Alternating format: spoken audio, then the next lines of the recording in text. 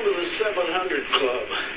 Conservatives think, lock them up, take away parole, throw away the key, and let's have more prisons. Well, the truth is we're spending probably more on prisons than we are on education.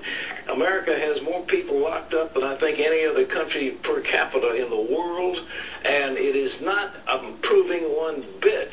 We've offered some solutions along the way, and others are too, and now some conservatives are changing their tune. Well, they really are. You know, that whole concept of lock them up and throw away the key is kind of going out the window, that philosophy not working. Instead, they're campaigning to fix the system with faith as a focus. Here's Paul Strand.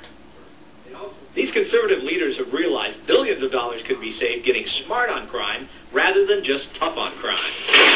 Save money and keep the public safer. Pat Nolan of Prison Fellowship says the prison system now costs $68 billion a year, up 400% in the last 25 years, while America's population is up only 5%. We could probably save on the $4 or $5 billion, and we would be safer. There are some states now that are spending as much money building prisons as they are educating their children. Texas has been leading the way in reforms conservatives can embrace. We have saved billions of dollars. Crime rate has gone down 9%.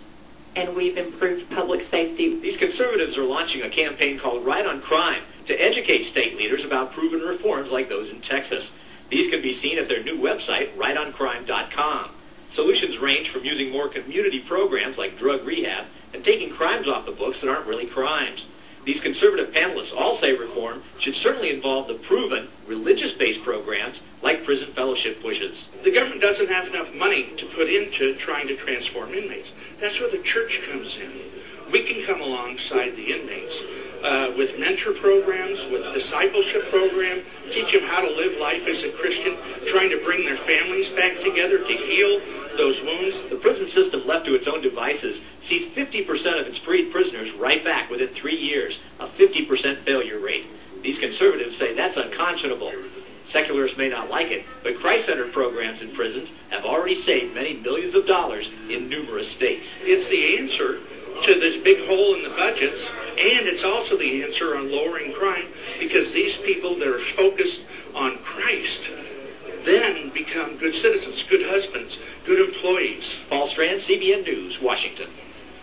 Thanks, Paul. You know, it got to be a big deal in campaigns. He's tough on crime, lock them up, you know. And that's the way these guys ran, and they got elected. But that wasn't the answer. It really isn't working. And, you know, they're now opening in some places faith-based dorms where the women are really being discipled. And, you know, in the end, they're going back out into society, most of them. It's a wonderful opportunity for the church to lead the way, for them to have restored lives, and you know, that is working. It's a proven commodity. At one time, we had probably the largest prison ministry in America with CBN, and we did it with video, and the response was huge. Those men and women want to know the Lord, but there's something else we've got to recognize.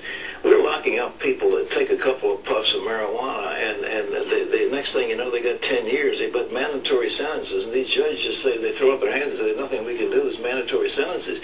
We've got to take a look at what we're considering crimes, and that's one of them. I mean, I'm not exactly for the use of drugs, don't get me wrong, but I just believe that criminalizing marijuana, criminalizing the possession of a few ounces of pot and that kind of thing, I mean, it's costing us a fortune, and it's ruining young people. Young people go into prisons, they come out, they go in as youths, and they come out as hardened criminals, and it's not a good thing.